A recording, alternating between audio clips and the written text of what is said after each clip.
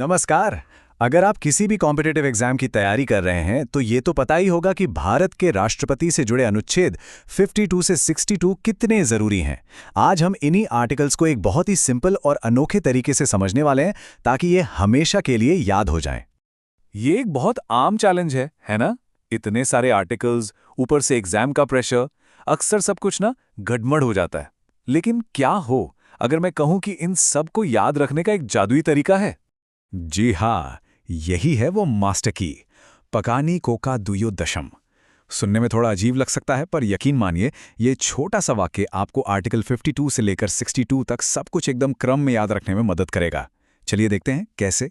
इस पूरे टॉपिक को समझने के लिए हम इसे एक टॉपर स्टाइल में ब्रेक करेंगे। सबसे पहले हम अपनी सुपर ट्रिक को डीकोड करेंगे, फिर देखेंगे कि राष्ट्रपति बनने का सफर कैसा है, उनकी पावर्स क्या हैं, महाभियोग यानी इम्पीचमेंट की प्रक्रिया कैसे काम करती है, और आखिर में इसे आज के दौर से जोड़कर देखेंगे।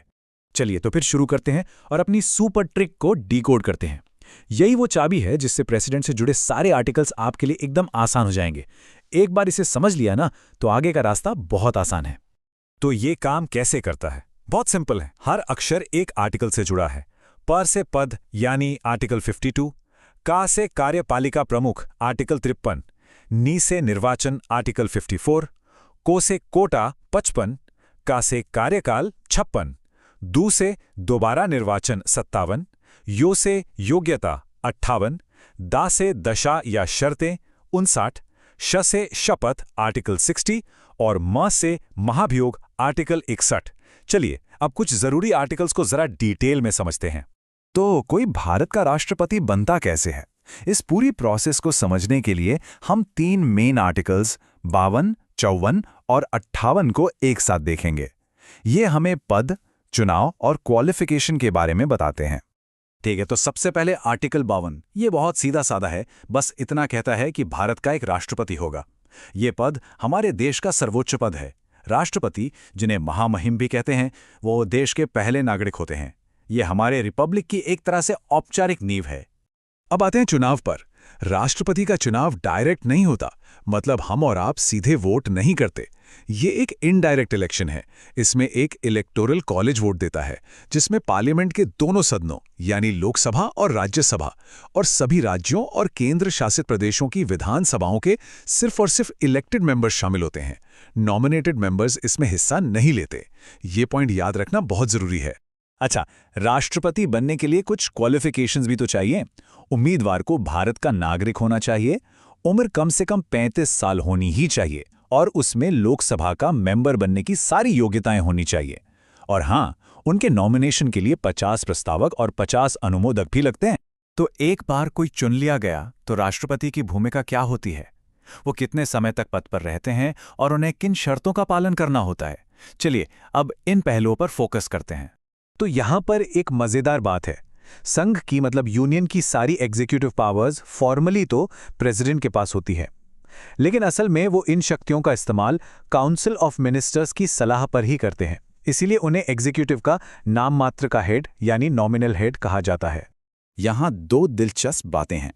आर्टिकल 56 के मुताबिक राष्ट्रपति का कार्यकाल 5 साल का होता है। वहीं आर्टिकल 57 ये कहता है कि कोई भी व्यक्ति कितनी भी बार राष्ट्रपति बन सकता है। इस पर कोई रोक-टोक नहीं है, कोई लिमिट नहीं है। आर्टिकल 60 शपथ यानी ओथ के बारे में है।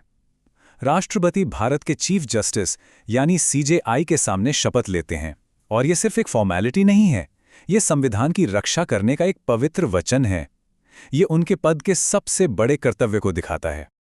अब हम एक बहुत ही सीरियस प्रोसेस पे आते हैं, महाभियोग यानी इम्पीचमेंट। ये राष्ट्रपति को उनके पद से हटाने का संवैधानिक तरीका है, और ये सिर्फ और सिर्फ एक ही ग्राउंड पर हो सकता है, संविधान का उल्लंघन। ये प्रक्रिया बहुत ही सख्त है। इसे पार्लियामेंट के किसी भी हाउस में शुरू किया जा सकता है, लेकिन इसके लिए कम से कम 1/4 मेंबर्स के साइन चाहिए। राष्ट्रपति को 14 दिन का एडवांस नोटिस दिया जाता है। फिर अगर प्रस्ताव पहले हाउस में 2/3 मेजॉरिटी से पास हो जाए तो वो दूसरे हाउस में जाता है, जो आरोपों की जांच करता है। अगर दूसरा हाउस भी इसे 2/3 मेजॉरिटी से पास कर दे तो राष्ट्रपति को पद से हटा हुआ मान लिया जाता है। और ये बात अपने आप में बहुत कुछ कहती है। आज तक भारत के इतिहास में किसी भी राष्ट्रपति पर महाभियोग नहीं लगाया गया है। 0। ये हमारे संवैधानिक ढांचे की मजबूती को दिखाता है। तो हमने संवैधानिक आर्टिकल्स तो कवर कर लिए। अब इस नॉलेज को आज के समय से जोड़ते हैं और देखते हैं कि अगर राष्ट्रपति का पद अचानक खाली हो जाए तो क्या होता है। हमारा संविधान ये पक्का करता है कि राष्ट्रपति का पद कभी खाली ना रहे। अगर पद खाली होता है तो वाइस प्रेसिडेंट तुरंत एक्टिंग प्रेसिडेंट बन जाते हैं। अगर वो भी नहीं है तो भारत के चीफ जस्टिस और उनके बाद सुप्रीम कोर्ट के सबसे सीनियर जज ये जिम्मेदारी संभालते हैं। लेकिन किसी भी हाल में 6 महीने के अंदर अंदर नया चुनाव कराना ही पड़ता है। राष्ट्रपति का पद सिर्फ संविधान की किताबों में नहीं है, बल्कि हमारे नेशनल सिंबल्स के सेंटर में भी है।